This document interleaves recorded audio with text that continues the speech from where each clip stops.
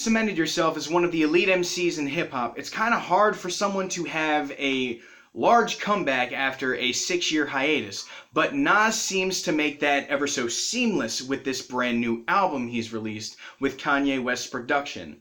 This album is almost extremely controversial given the fact that Nas's views and Kanye's views are so flip-flop. They're definitely opposite, but that doesn't mean that they can't get into the studio and do music together.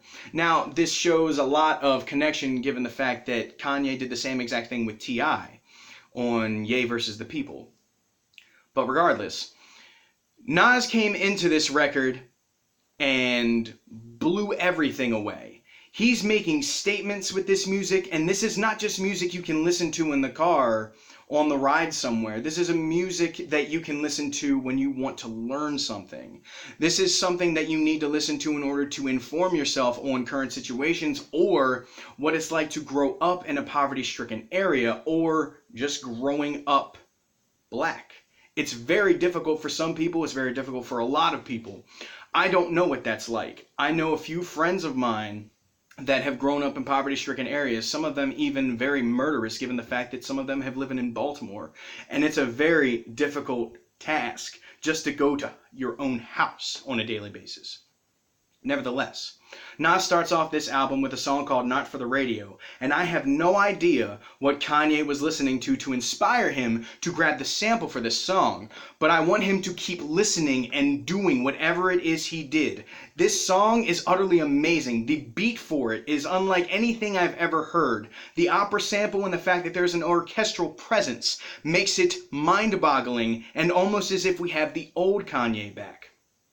The one that doesn't blast off strange sentences here and there saying that he's dead, like every major figure that's ever touched the world. He's also dead. Never really got that.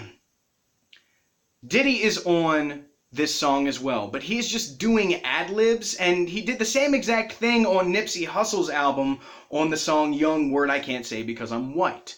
Now, it's really strange because Diddy is only placing himself in these songs this year, but the fact that he doesn't have anything to say rap verse-wise, he's emphasizing the importance of the message that they're putting across. Nas is giving historical evidence on things that not many people would find in textbooks nowadays. They're taking a lot of information that were given to myself and many people in my generation when we were younger out of those textbooks, and they're just marginalizing everything, saying that it's just a minor thing when it was really a major thing. It forged what our country was made of, and no matter how wrong or right it may have seemed at the time, it's still something we need to be aware of. We need to be informed of these things. Now, the song after Not for the Radio is called Cop Shot the Kid, which was sampled with a Slick Rick song. This is the second time that Kanye has used a Slick Rick sample on this slew of albums he's been releasing. And this one starts off also with a Richard Pryor segment from one of his stand-ups. And it hits home. I don't find personal connection with it, but I do know people that have either witnessed or been around these sorts of things. And seeing it being covered in the media, you really don't know what side to be on, but moralistically you can understand what side is proper and what side should be approached. You just need to have an educated opinion on it. That's what Nas is trying to do with this album. He's trying to educate people, but he's also trying to emphasize that he is not letting up with what he has to say. His placement in hip-hop is cemented for a reason. He made his career off of letting everybody know what it was like to grow up as Nas. His biggest song that's referenced in quite a few people's verses, including Logic, is Life's a Bitch, even if it's sampled or if the lyrics are used. It's just how he made his career, and it's nice to see him duplicate it, but also improve upon it. This song is a little repetitive with the instrumental, but the fact that it's so simplistic and the messaging inside of it amplifies it, so that makes the song that much better. Now, the song after this is called White Label, which is just Nas lyrically flexing. That's pretty much what he's doing. There's a little bit of education thrown in here and there, but it's just that. And then after that is called a song by the name of Bonjour, which is another thing that Nas has basically founded, and a lot of New York rappers have founded over the years, was talking about very expensive, lavish things and wanting to inspire the listener to do better for themselves and not just stay in the spot that they're at, whether it's, dormant in your house or staying at that part-time job.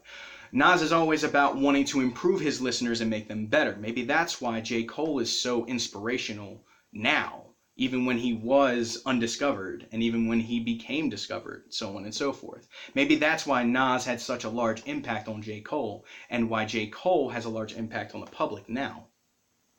The song after that is called Everything. This song is a gargantuan 7-minute song. No idea why they decided to make it so long, but listening to the album all the way through, it's almost seamless because it starts off with The Dream and Kanye singing on the hook. And you really wouldn't imagine them to be meshed very well, but vocally they sound like they can match.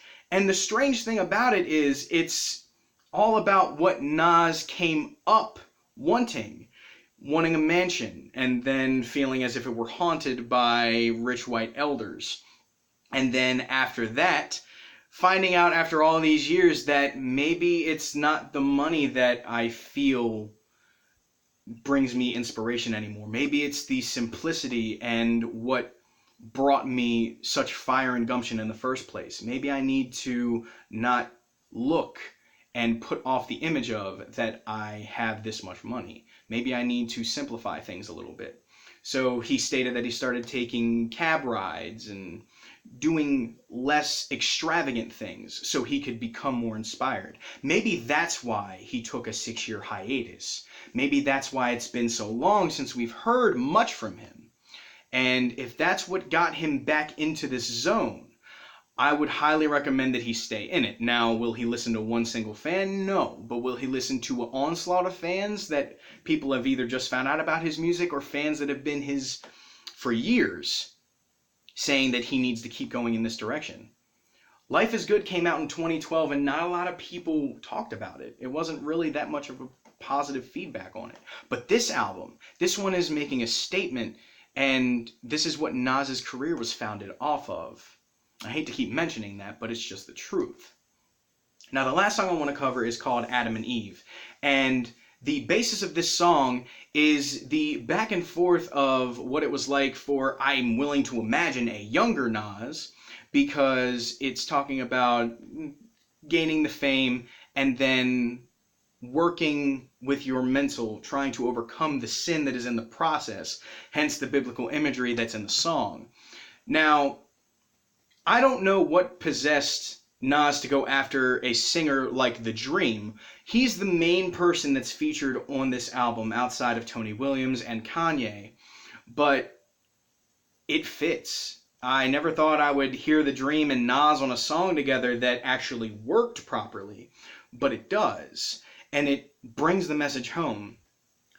The last thing I want to cover is that this album cover is one that definitely speaks volumes for the messaging that Nas is putting across with the album. So if you have a strong message in your album cover and you deliver the same kind of message with your music, everything balances out and you yourself can make amazing music in the process. Now, do I think this is an instant classic? That's for the public to decide. I think this message that he's putting off in the album is to build up his fans, but also let the public know that there's something that needs to be fixed. And we all know what that thing is. We have to give a shit about one another before anything else happens. But I think that might not happen, because understanding where someone comes from is rather difficult, because if you don't have the personal connection with it, an explanation can only take you so far. If you don't have, I would have to say, if you don't have a picturesque mind, and you don't understand the complexities of what it's like to live in a crime-ridden area and having to overcome the things and wanting to do better for yourself and striving. Now, the bootstrap statement does not apply to this because Nas had a talent and he worked at it. He did what he had to do. He did what he needed to do in order to progress, and he got lucky. There are millions of people out there that rap every day, showing how much they care and showing how much they need this career, but they still go and do whatever job they need to do in the process in order to make ends meet. You're discovered based off of the story that you have to tell. Everyone has an individual story to tell. But do you have the longevity in your soul that can bring you to the end game, like Nas or anyone else that's had a long career in hip-hop? You may say to yourself, yes, I do.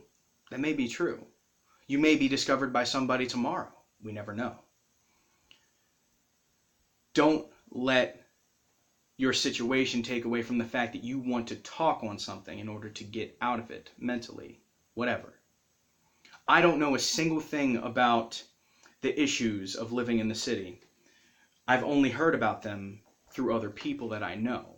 And it is a horrible thing to live in a murderous area. I don't even want to know what that's like. But I will strive to understand that feeling of wanting to escape, because if you want better for yourself, that brings you to the next level already. A few of my friends have gone from the city and they have done amazing things for themselves. They have become tremendous people. They have secured phenomenal jobs. Hard work, dedication, and willpower. Those are some of the factors that are involved with progressing and getting out of that life. Does it work for everybody? No. But it might work for some, and that in turn may change other people's lives in the process. And then it'll cause a positive domino effect. That is what Nas wants with this album. He wants a positive domino effect in the culture, in the community, in every community. I think that's all that I have to say on this album. I really enjoyed it. I highly recommend you guys listen to it. And with that being said, next week I'm going to be reviewing... I'm going to be doing a throwback next week. And that's going to be on Chris Calico, Kickin' and Screamin'. And I hope you guys enjoy your weekend. My name is Ethan, otherwise known as Two-Face. This is episode 36 of Claws. It has been a great pleasure to talk about this album today and let everybody know how I feel about it. Hopefully you guys feel the same way. If not, let me know in the comments. Talk to me, because it's the thing that people do on YouTube. I hope you guys enjoy your weekend, and I will see everybody next week. Peace.